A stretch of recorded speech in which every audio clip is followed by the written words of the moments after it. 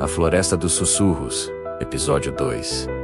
A coisa que caminhava atrás dele, Júlio, não conseguiu dormir naquela noite. Ele trancou todas as janelas, empurrou um sofá contra a porta e deixou as luzes da casa acesas até o amanhecer. Mesmo assim, a sensação de que algo o acompanhara para fora da floresta não desaparecia. O sussurro ainda ecoava no fundo da mente, menos como uma música que ele não se lembrava de aprender, mas que parecia conhecer desde sempre.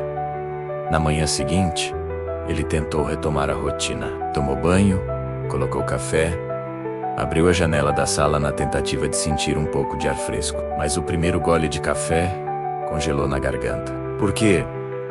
No quintal, menos na terra úmida, perto da cerca, menos havia pegadas. 2 séries de pegadas. Uma humana e outra. Não. A segunda série parecia imitar o mesmo passo, o mesmo ritmo, exatamente ao lado das dele, mas era como se cada pegada tivesse sido feita por pés alongados, estreitos demais, longos demais, com um formato que não pertencia a nenhum animal que ele conhecesse. Júlio levou a mão à boca. Não é possível. Ele tentou convencer a si mesmo de que aquilo era só coincidência, que talvez tivesse sido um animal, a chuva, um efeito da terra, mas não era. Ele sabia, porque aquele padrão menos aquele atraso de meio segundo era o mesmo que ele ouvira na floresta. E a floresta não soltava nada por acidente. O dia passou pesadamente. Júlio trabalhava como técnico de eletrônica e passou as horas desmontando placas, soldando fios, testando componentes, mas a mente dele permanecia na trilha antiga. A cada barulho na rua, ele saltava. A cada sombra perto da janela, seu peito se fechava. Às 5 da tarde, ele recebeu uma mensagem da ex-mulher. Júlio, Clara perguntou de você. Você pode passar aqui hoje? Ele respondeu automaticamente. Claro. Tô indo. Talvez ver a filha acalmasse aquela sensação sufocante. Pegou o carro, mas enquanto dirigia, notou pelo espelho retrovisor que as árvores, ao lado da estrada, pareciam mais altas do que antes, mais estreitas, mais parecidas com as da trilha. Ele piscou várias vezes. A visão voltou ao normal. Tô ficando maluco, ele murmurou. Mas não estava. Ainda não. Quando chegou à casa da ex-mulher, Clara correu para abraçá-lo. Uma menina de 9 anos, risonha, espoleta, com os olhos grandes e castanhos. Olhos que sempre foram o único ponto de paz na vida dele. Pai, você demorou, ela reclamou, pulando no colo dele. Trânsito, minha flor. Era mentira. Ele tinha dirigido devagar demais, com medo de que o retrovisor mostrasse algo que ele não queria ver. Durante a visita, ele brincou com Clara. Eles assistiram a desenhos, jantaram, mas, vez ou outra, ele percebia a filha olhando para ele com um tipo estranho de atenção, até que ela perguntou: Pai, por que você está com medo? O garfo dele parou no ar. Quem disse que eu estou com medo? Eu sei. A menina deu de ombros. Eu vejo no seu rosto. E também? Ela hesitou. Também o quê? Clara abaixou a voz. Quando você chegou, eu achei que tinha alguém atrás de você. O coração dele bateu tão forte que chegou a doer. Atrás de mim? Como? Clara apontou para a porta de entrada. Uma sombra alta, muito alta. Mas quando eu pisquei, ela sumiu. Júlio sentiu o corpo gelar completamente. Você não viu ninguém mais? Viu? Clara balançou a cabeça. Não, mas eu acho que ela não gosta de luz. Porque quando a mamãe acendeu a lâmpada da sala, ela sumiu mais rápido. Ele engoliu seco e sorriu. Um sorriso torto. Totalmente falso. Minha flor, você deve ter se enganado. Foi só impressão. Mas não era impressão. Nem dele, nem dela. A coisa que caminhava atrás dele agora tinha um rosto. Ou pelo menos, uma sombra. E estava mais perto do que nunca. A Floresta dos Sussurros, episódio 2. A coisa que caminhava atrás dele, Júlio, não conseguiu dormir naquela noite. Ele trancou todas as janelas, empurrou um sofá contra a porta e deixou as luzes da casa acesas até o amanhecer. Mesmo assim, a sensação de que algo o acompanhara para fora da floresta não desaparecia. O sussurro ainda ecoava no fundo da mente, menos como uma música que ele não se lembrava de aprender, mas que parecia conhecer desde sempre. Na manhã seguinte, ele tentou retomar a rotina. Tomou banho, colocou café, abriu a janela da sala na tentativa de sentir ar fresco. Mas o primeiro gole de café congelou na garganta. Porque, no quintal menos na terra úmida, perto da cerca menos, havia pegadas. 2 séries. Uma humana. E outra. Não. A segunda série parecia imitar o mesmo passo, o mesmo ritmo, exatamente ao lado das dele. Mas era como se cada pegada tivesse sido feita por pés alongados, estreitos demais, longos demais, com um formato que não pertencia a nenhum animal que ele conhecesse. Júlio levou a mão à boca. Não é possível. Tentou convencer a si mesmo de que aquilo era coincidência, que talvez tivesse sido um animal, a chuva, um efeito da terra, mas não era. Ele sabia, porque aquele padrão menos aquele atraso de meio segundo era o mesmo que ouvira na floresta. E a floresta não soltava nada por acidente. O dia passou pesadamente. Júlio trabalhava como técnico de eletrônica e passou as horas desmontando placas, soldando fios, testando componentes. Mas a mente dele permanecia na trilha antiga. A cada barulho na rua, ele saltava. A cada sombra perto da janela, seu peito se fechava. Às 5 da tarde, recebeu uma mensagem da ex-mulher. Júlio, Clara perguntou de você. Você pode passar aqui hoje? Ele respondeu automaticamente. Claro.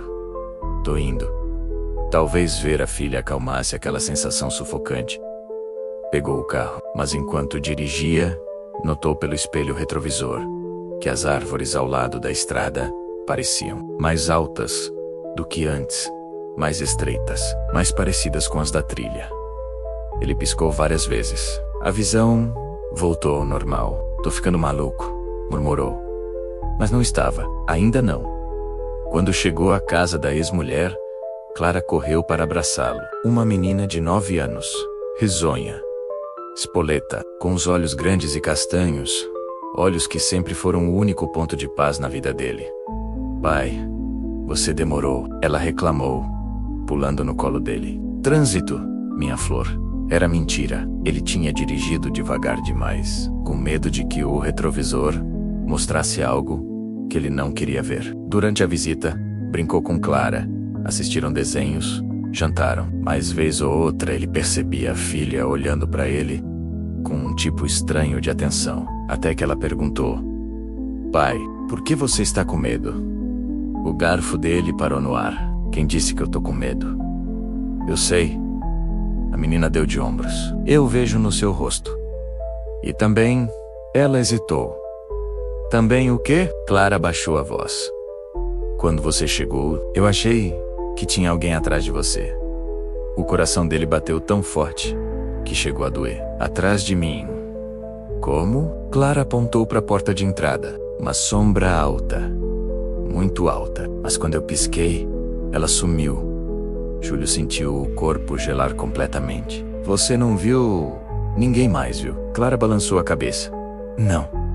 Mas eu acho que ela não gosta de luz. Porque quando a mamãe acendeu a lâmpada da sala, ela sumiu mais rápido. Ele engoliu seco e sorriu. Um sorriso torto, totalmente falso. Minha flor, você deve ter se enganado. Foi só impressão.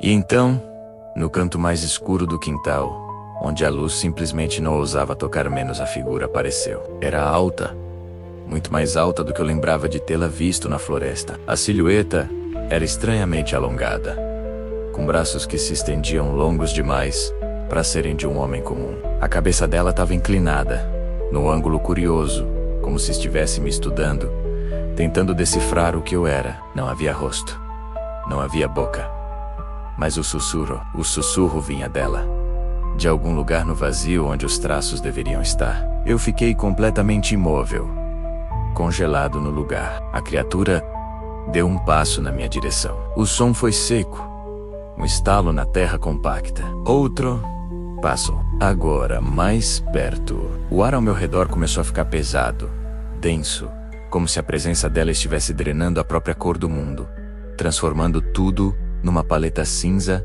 e sem vida. Eu tentei gritar, tentei falar, mas nenhum som saiu. Minha garganta parecia fechada. E foi aí que ela fez algo que vai me assombrar para sempre. A coisa ergueu a cabeça, muito devagar, e começou a imitar a minha respiração. Não era uma cópia perfeita. Havia um atraso minúsculo, quase imperceptível. Era como se estivesse se sincronizando comigo.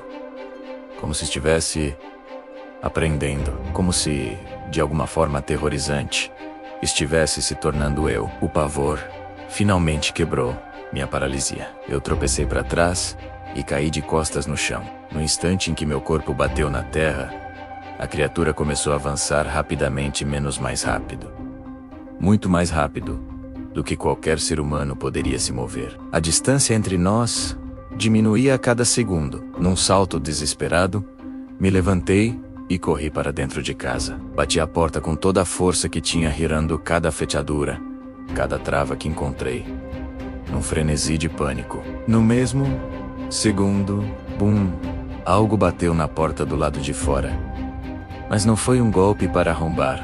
Foi diferente. Foi como se algo imenso tivesse apenas encostado. A madeira da porta vibrou sob o meu toque, como se dedos longos e finos estivessem explorando a sua superfície, sentindo a textura do grão. Então, o sussurro se infiltrou pela fresta inferior, gelado e próximo. Júlio, você não deveria ter saído. E de repente, tão rápido quanto começou, veio o silêncio. Um silêncio total, obsceno, um vazio de som que era quase mais assustador que o barulho. Eu fiquei ele encostado na porta, por longos e intermináveis minutos, incapaz de mover um único músculo. O suor frio escorria pela minha testa. Quando finalmente encontrei coragem para me arrastar até a janela lateral da sala e espiar para fora, vi apenas o quintal vazio. A noite parecia normal de novo.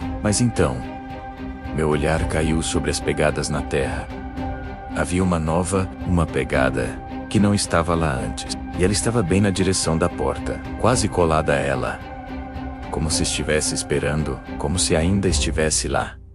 Invisível, apenas esperando. Se você gosta de histórias que te deixam olhando por cima do ombro, não se esqueça de se inscrever e ativar o sininho. Toda semana, exploramos o que se esconde nas sombras. Obrigado por assistir e até a próxima.